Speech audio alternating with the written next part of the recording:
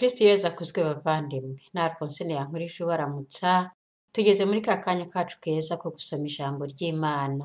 Ndagira ngo kandi nkomeze gushima abavandimwe twari kumwe ku wa gatandatu, turimo gufatanya kuvuga isengesho rya Regiyo Mariya.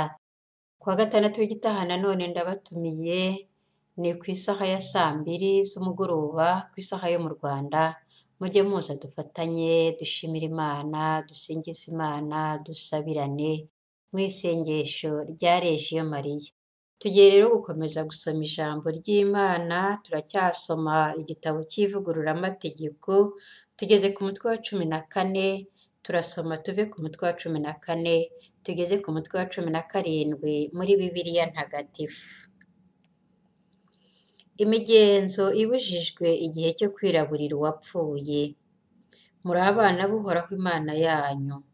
Ntimuziraburire uwapfuye, mwica indasago ku mubiri cyangwa mwitega ibiharanjongo ku mutwe w'imbere, kuko uri ubwoko bweguriwe Uhoraho Imana yawe. Ni wowe Uhoraho yihitiyemo, kugira ngo mu mahanga yose ari ku bwisanzure bw'isi ube ubukonde bwe. Inyama ziribwa n'izitaribwa. Ntuzarye ikintu cyose kizira. Dore ubwoko bw'inyamaswa ushobora kurya: inka, intama, ihene, impara, isirabo, indonyi, inyemera, impongo, ifumberi n'isha. Mbese inyamaswa yose y'ikinono gisatuyemo kabiri kandi yuza, mushobora kuyirya. Ariko mu nyamaswa zuza n'izifite ikinono gisatuye, izo uzirinda kurya ni izi: ingamiya, urukwavu n'impereryi, kuko zuza ariko ntizigire ikinono, zabahumanya.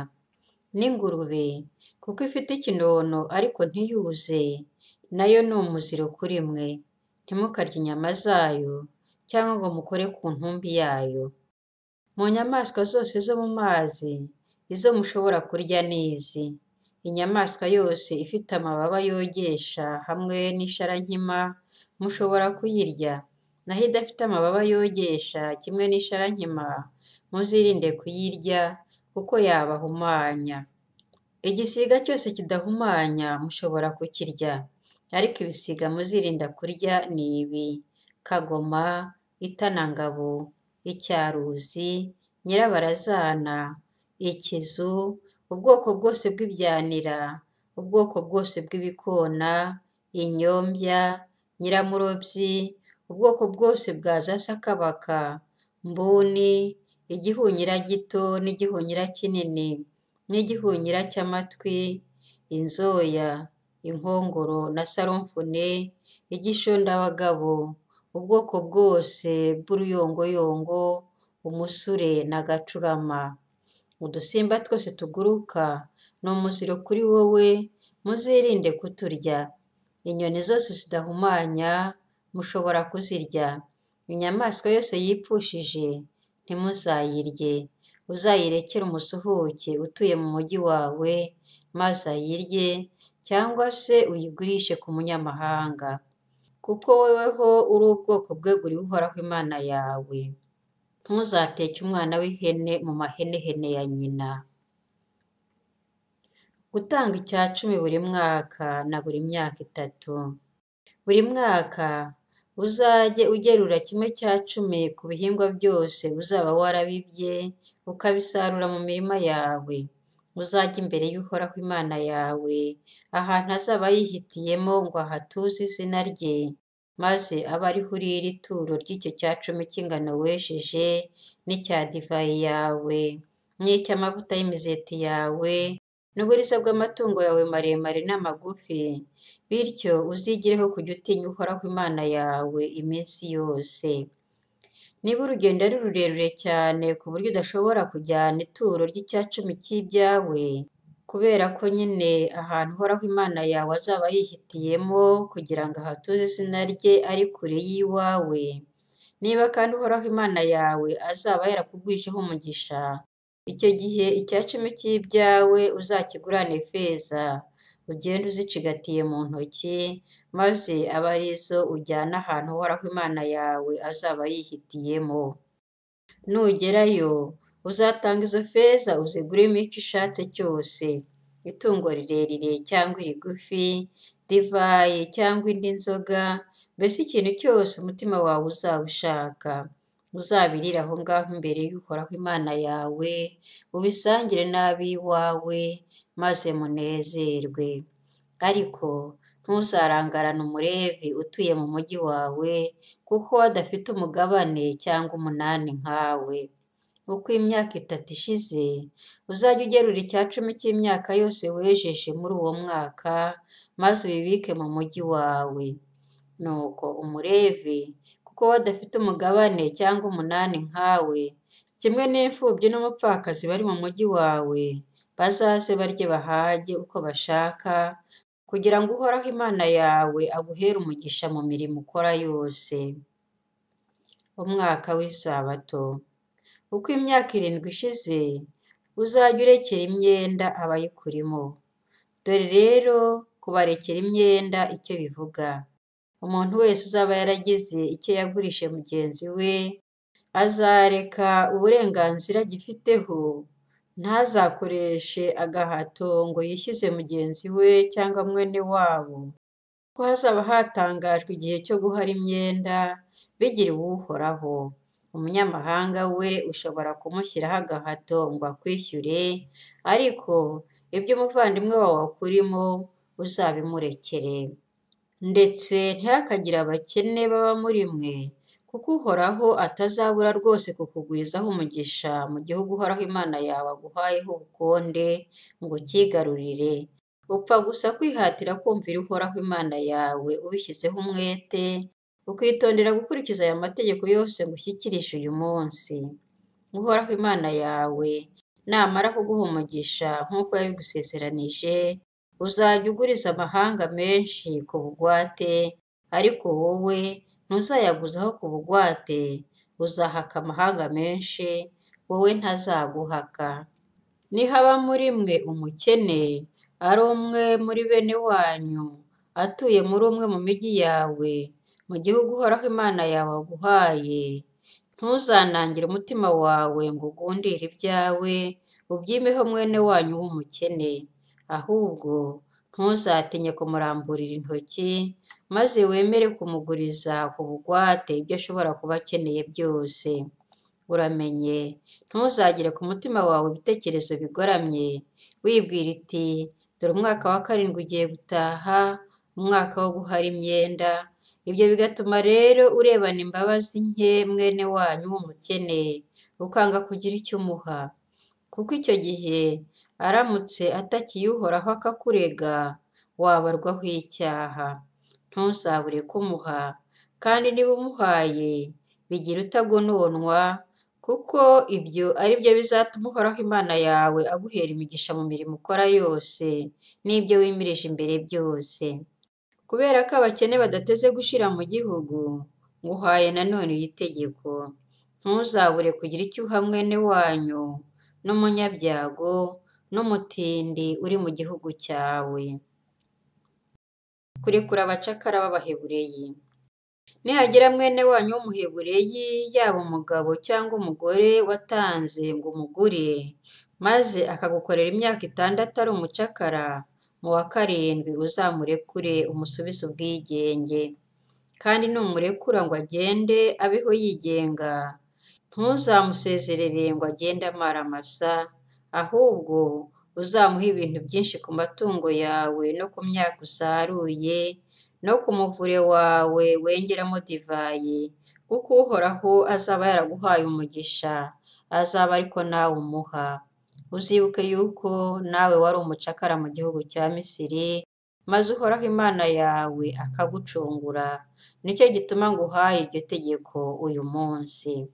Ariko uwo mucakara nakubwira ati sinshaka kuva iwawe, kubera urukundo agufitiye wowe n'abo mu rugo rwawe, maze akaba amerewe neza iwawe, uzende uruhindu, urumupfumuze ugutwi, umwegetse ku rugi rw'iwawe, maze abe umugaragu wawe burundu. N'umuja wawe uzamugenza utyo.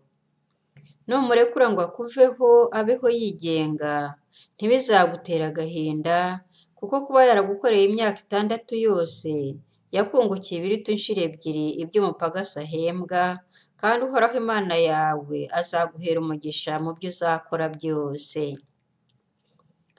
Ikivutse uburiza cyose kizaturwa Imana. Uburiza bwose bw'igitsina gabo buzavuka mu matungo yawe maremare n'amagufi, uzabwegurira Uhoraho Imana yawe. Ntugakoreshe imirimo uburiza bw'itungo ryawe rirerire cyangwa ngo wogoshe uburiza bw'intama yawe. Buri mwaka uzajye ubujyana imbere y'Uhoraho Imana yawe, ahantu Uhoraho azaba yihitiyemo, maze uburireyo, ubusangire n'abo mu rugo rwawe. Niba hari inenge bwavukanye, bukaba bucumbagira cyangwa buhumye, cyangwa se bufite inenge yindi bwavukanye, ntuzabutambire Uhoraho Imana yawe, uzaburire iwanyu, ubusangire n'umuntu uhumanye kimwe n'udahumanye, nk'uko musangira isirabo n'impara. Gusa rero uzirinde kurya amaraso yabwo, ahubwo uzayavushirize ku butaka nk'uko bamena amazi. Ibyerekeye iminsi mikuru iba mu mwaka. Ujye wubahiriza ukwezi kw'amahundo, wizihize n'umunsi wa Pasika, ubigirire Uhoraho Imana yawe, kuko mu kwezi kw'amahundo ari bwo Uhoraho Imana yawe yakwimuye mu Misiri nijoro. Uzajye utura Uhoraho Imana yawe igitambo cya Pasika, ukivanye mu matungo yawe maremare n'amagufi, ugiturire ahantu Uhoraho azaba yihitiyemo ngo ahatuze izina rye. Ntuzakirishe umugati usembuye, uzamara iminsi 7 utunzwe gusa n'imigati idasembuye, ni umugati w'amage, kubera ko wavuye mu gihugu cya Misiri bya hutihuti.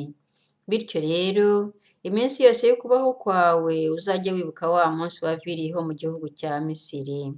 Muri iyo minsi uko ari 7, ntihazagire umusemburo uboneka iwawe mu gihugu cyawe cyose, kandi inyama uzaba wabagiye gutamba ku munsi wa mbere nimugoroba, ntihazagire izirara ngo zigeze bukeye bwaho. Uramenye, ntuzaturire igitambo cya Pasika mu mujyi ubonetse wose mu yo Uhoraho Imana yawe aguhaye, ahubwo ahantu Uhoraho Imana yawe azaba yihitiyemo ngo hatuze izina rye, niho honyine uzatambira Pasika. Nimugoroba, izuba rirenze, ku munsi w'isaha waviriyeho mu Misiri. Iryo tungo uzariteka, uririre ahantu Uhoraho Imana yawe azaba yihitiyemo, hanyuma nibucya wigendere, usubire ku mahema yawe. Mu minsi 6 uzajya urya imigati idasembuye, ku wa 7 haba ikoraniro ryo gusoza umunsi mukuru w'Uhoraho Imana yawe. Ntuzagire umurimo n'umwe w'amaboko ukora. Byongeye, uzajya ubara ibyumweru 7, uzahere ku munsi batangiriraho kugeza imyaka yeze, maze ubare ibyumweru 7. Hanyuma ubone kwizihiza umunsi mukuru w'ibyumweru, ubigirire Uhoraho Imana yawe, umuzanire amaturo uko umutima wawe ubishaka, ukurikije uko Uhoraho Imana yawe azaba yakugwijeho imigisha. Maze wishimire imbere y'Uhoraho Imana yawe, ufatanije n'umuhungu wawe, n'umukobwa wawe, n'umugaragu wawe, n'umuja wawe, n'umulevi utuye mu mujyi wawe, n'umusuhuke, n'imfubyi n'umupfakazi baturanye nawe, mwishimire ahantu Uhoraho azaba yihitiyemo ngo hatuze izina rye. Uzibuke ko wari umucakara mu Misiri, ukomeze ayo mategeko kandi uyakurikize. Ku byerekeye umunsi mukuru w'amahema, uzajye uwizihiza iminsi 7 yose, urangije guhunika ibivuye ku mbuga uhuriraho, no kubika divayi ivuye mu rwengero rwawe. Uzishime muri iyo minsi mikuru, ufatanije n'umuhungu wawe, n'umukobwa wawe, n'umugaragu wawe, n'umuja wawe, n'umulevi, n'umusuhuke, n'umupfakazi batuye mu migi yawe. Mu minsi 7 yose, uzajye gukorera ibirori Uhoraho Imana yawe, ubyizihirize ahantu Uhoraho azaba yihitiyemo, kuko Uhoraho Imana yawe azaba yaguhereye umugisha mu myaka usaruye yose, n'imirimo wakoze yose, nuko uzishime unezerwe. Gatatu mu mwaka, abagabo bose bazakora urugendo bajye kwiyereka Uhoraho Imana yawe, bamusange ahantu azaba yihitiyemo, bazabigire mu minsi mikuru y'imigati idasembuye, ku munsi mukuru w'ibyumweru no mu minsi mikuru y'amahema. Ntihazagire ujya kureba Uhoraho ntacyo yitwaje, ahubwo buri muntu azajya atanga amaturo y'ibimuvuye mu maboko, ubwo Uhoraho Imana yawe azaba yaraguhaye umugisha. Amabwiriza yerekeye abacamanza. Mu miryango yawe yose uzashyireho abacamanza n'abashinzwe kubahiriza amategeko yose Uhoraho Imana yawe aguhaye, bazajye bacira rubanda imanza zitabera. Ntuzagoreke imanza, ntuzite ku cyubahiro cy'umuntu, ntuzakire ruswa, kuko ruswa ihuma amaso abanyabwenge, ikaburizamo imanza z'intungane. Uzaharanire ubutabera, kugira ngo uzabone kuramba no kwigarurira igihugu Uhoraho Imana yawe aguhaye. Imigirire izirana n'iyobokamana nyakuri. Ntuzagire igiti gisengwa ushinge iruhande rw'urutambiro uzubakira Uhoraho Imana yawe. Ntuzagire n'ubwo ushinga za nkingi z'amabuye, kuko Uhoraho Imana yawe azanga urunuka. Ntuzatambire Uhoraho Imana yawe inka cyangwa intama ifite ubusembwa cyangwa indi nenge yavukanye, kuko ari ishyano Uhoraho Imana yanyu yanga urunuka. Niba iwawe cyangwa muri mwe mu migi Uhoraho Imana yanyu aguhaye hari umugabo cyangwa umugore ukora ibintu bidatunganiye amaso y'Uhoraho Imana yawe, agaca ku isezerano rye, maze akajya kuyoboka izindi mana, akazipfukama imbere, agasenga izuba, ukwezi cyangwa ikindi kintu cyose mu biri ku ijuru, kandi narabibabujije, hanyuma bakamukuregera cyangwa ukagira ukundi wumva babivuga, uzaperereze ubyitondeye, maze nubona hari ibyemezo by'uko iryo shyano rikorwa muri Isiraheli, uzasohore uwo mugabo cyangwa uwo mugore ukora iryo shyano, umujyane ku irembo ry'umugi wawe, maze uwo mugabo cyangwa uwo mugore uzabatere amabuye kugeza igihe bapfira. Ntihazagire ucirwa bene urwo rubanza rwo gupfa hatabonetse abagabo babiri cyangwa batatu bamushinja, naho nashinjwa n'umuntu umwe gusa ntibazamwice.